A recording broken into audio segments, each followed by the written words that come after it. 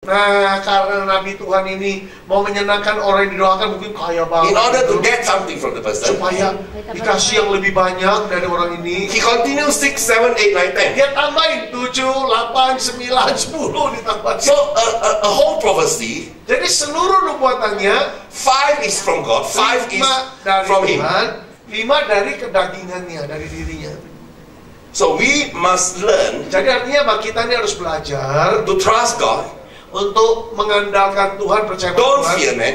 Jangan takut pada manusia. If God say 5, stop 5. Don't say number 6. Nah, kalau kita sebagai Nabi Tuhan ya, Tuhan bilang 5, jangan kita tambahin 6, 7. No matter how kaya the person, don't care. Nggak pedulilah yang didoakan sekaya apapun. Cok peduli. If he asks you more than that, Kalau dia minta, Pak, lagi dong, tambah lagi dong. you will say, sorry, I don't know. Katakan, sorry deh, gua nggak tahu. Because God never revealed to me. Sebab Tuhan nggak singkapkannya sampai di sini aja. So many times I give prophecy to the person, I say, God never revealed to me, I don't know. Ya, Sorry, I cannot give you. seringkali saya disuruh kayak gitu, saya bilang, enggak, Tuhan nggak sampaikan lebih. Ya saya nggak bisa sampaikan. Kadang-kadang ada nubuatan buat orang itu memang. Yeah, some people will come to your pastor, you know, Datang, Pak, whether my Pak, son, ini this is foto, my Pak, calon. calon, this one is from God or not? Calon mantu saya ini benar nggak dari Tuhan? Tunjukin foto. Number lagi. 1 or number 2? Nomor, ini ada 2 nih, foto nomor 1 apa nomor 2 nih Pak yang dari Tuhan. So I need to ask God. Saya kan perlu tanya Tuhan. But maybe sometime God will say, not number 1, not number 2, or not. Karena kalau Tuhan berkata dua-duanya bukan, gimana? I cannot use my mind to say number 1 Saya or pada number 2. bisa pakai pikiran saya. Kayaknya nomor 1 nih. Enggak, kayaknya nomor 2. Kan nggak bisa dong.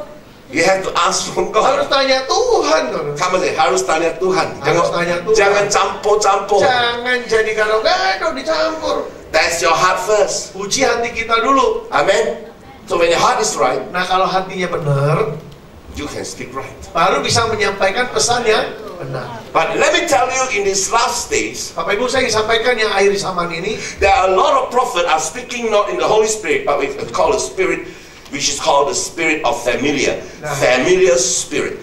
nah, hari-hari terakhir ini banyak hamba Tuhan bukan menyampaikan dari roh Tuhan, tapi roh yang dia sepertinya tahu gitu, yang dia kenal, dia tahu. Familiar spirit.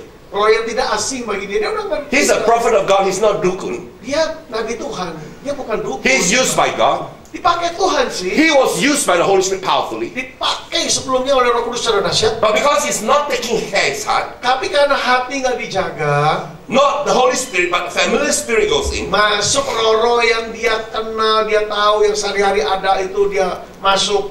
And he started to prophesy. Bukan roh Tuhan lagi, dan dia mulai berbuat seturut dorongan. And very roh sharp. ini tajam kelihatannya, Very sharp, my brother and sister. tajam sekali. Can even tell you how much money in your bank account. Bahkan dia bisa sampaikan, uangmu di rekening sekarang saldonya Can tell you even your number plate. bahkan of your car. disebutkan plat nomor mobilmu. When you see all these things, you say, wow, Waktu saudara bilang, wow, kok tahu ya sampai plat nomor mobil tajam saya? sekali. Tajam banget ya. So if you are all crazy for prophecy, you Nah, will kalau surely kita masuk jebakan. orang yang gila-gilaan ngejar nubuatan kayak gitu, pasti kejeblos, terperangkap. You will go to pastor tajam orang itu. Pasti saudara katakan, aduh Pak Gembala, orang ini Nabi Tuhan dia tajam banget. Setan masukin tajam, my brother and sister. Setan ya iso tajam juga kayak silat. Because he operate in a familiar Karena spirit. dia beroperasi dengan roh yang tidak asing baginya. But when a true prophet of God comes, Tapi kalau benar-benar Nabi Tuhan sejati datang, they can discern that it's not from God. dia bisa bedakan ini nih bukan dari Tuhan.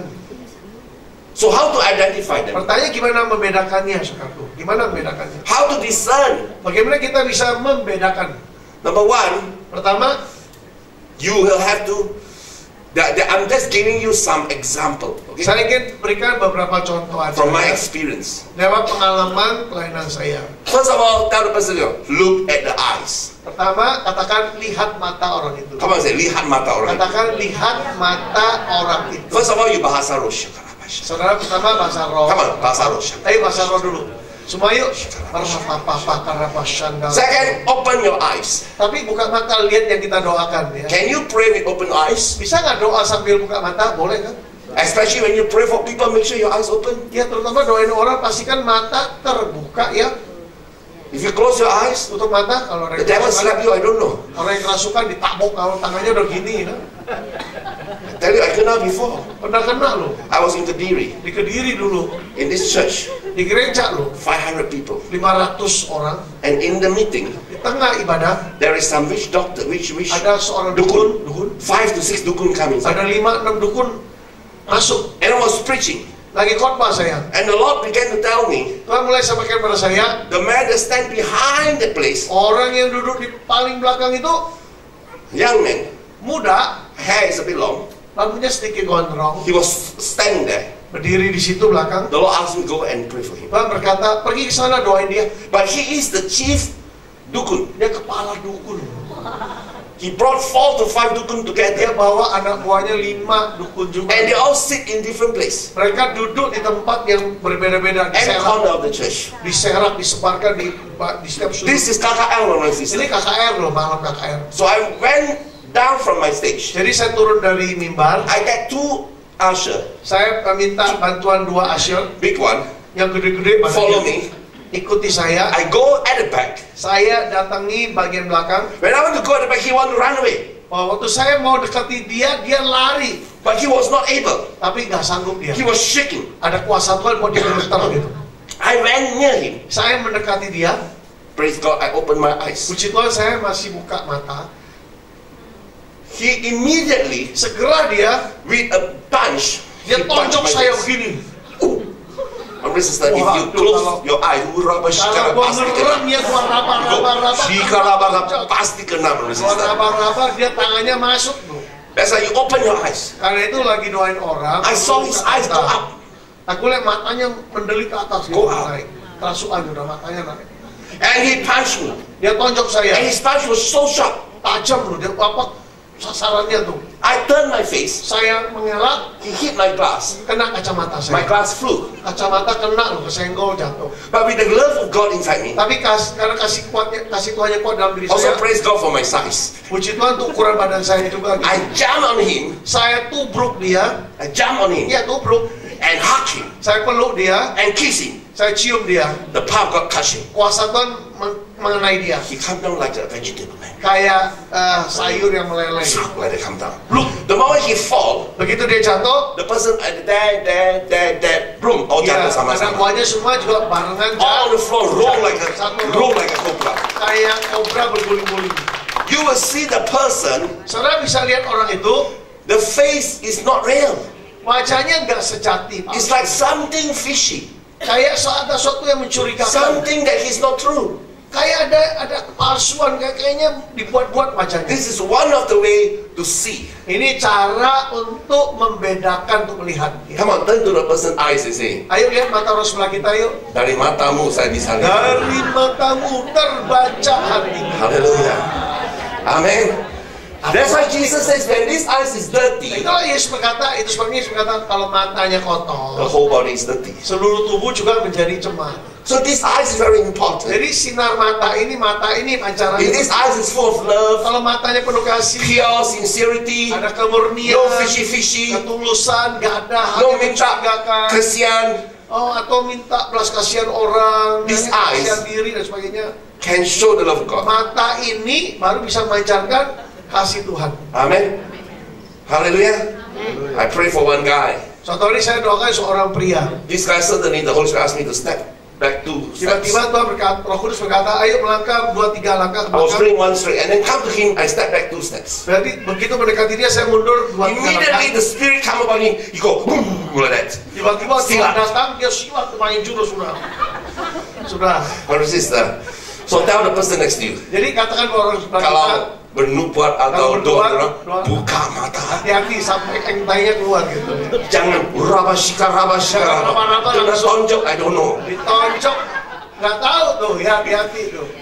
Hallelujah. The second one, you can see the shrunken face. Yang kedua kita bisa lihat wajah yang dikerutkan, This berkerut. is oppressed. Ini orang yang kerasukan, yang tertekan. When I was in Samarinda, Suatu hari saya di kota Samarinda. one young lady about her 20s, Ada seorang gadis muda usia 20-an. but she looks like 40s. Tapi usianya tua, Got kayak 40. spirit of infirmities. Ada roh yang membuat dia Kelemahan. lemah, roh kelemahan. I pray for her. Saya doakan dia, She rolled on the floor, dia terguling, terjatuh. and God set her free. Dan dibebaskan Tuhan hari itu. Few months later, Berapa bulan kemudian, when I was in Samarinda, di kota Samarinda lagi, this young lady came to me, si wanita ini datang pada and saya. she speak good English. menggunakan bahasa Inggris yang baik. She said, Pastor, do you remember me? Pak pendeta masih ingat saya nggak? I cannot remember. Aku bilang nggak ingat tuh. I'm the one that you prayed. Aku tuh yang didoain. She was set free. Dia sudah dibebaskan.